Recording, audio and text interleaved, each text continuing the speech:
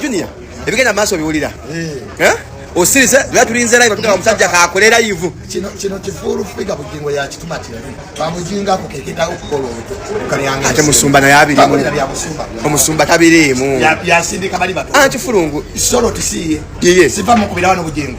Sibira basibimanyi kale bolutwe. Kaka bata. Junior ovumye musumba. Oli musajja wa mukama. Bujjingo.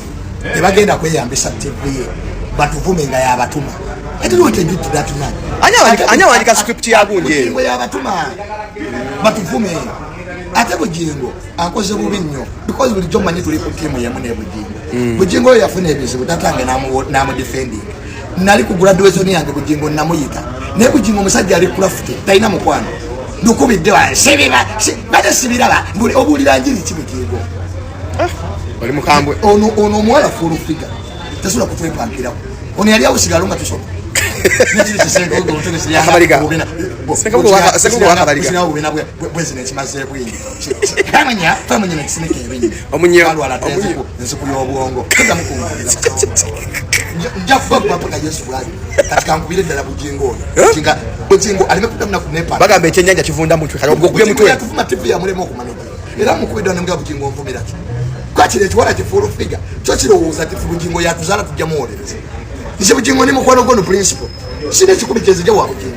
Kati ono mwala mvumira chifuru figure. Nechino chisenkubuge omutwe kuchiranga obubina bwese nenkobe. Chiranga toy. But now Uganda, I wanted to get on here and thank everybody for their participation in bringing light to my notion. As I woke up and checked how much attention that my post had gathered, I opened my comment section and it reflected nothing but love and concern.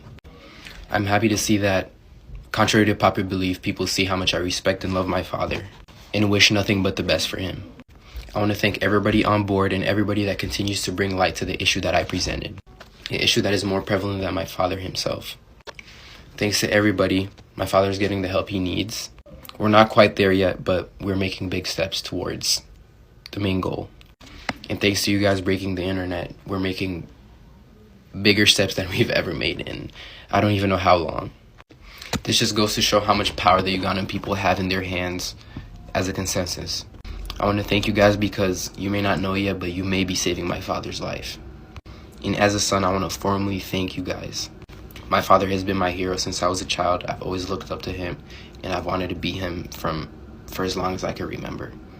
I wanted to clarify that all these concerns that I aired come from me as an individual. And I owe it to you people for supporting my cause. And pertaining to the people that misunderstood my message and comprehended it negatively, I would like you to know that I care the least about what you have to say. Once again, for everybody that is supporting my cause, I want to thank you from the deepest corner of my heart. Finally, pertaining to the issues regarding my extended side of the family, aka my grandparents and etc.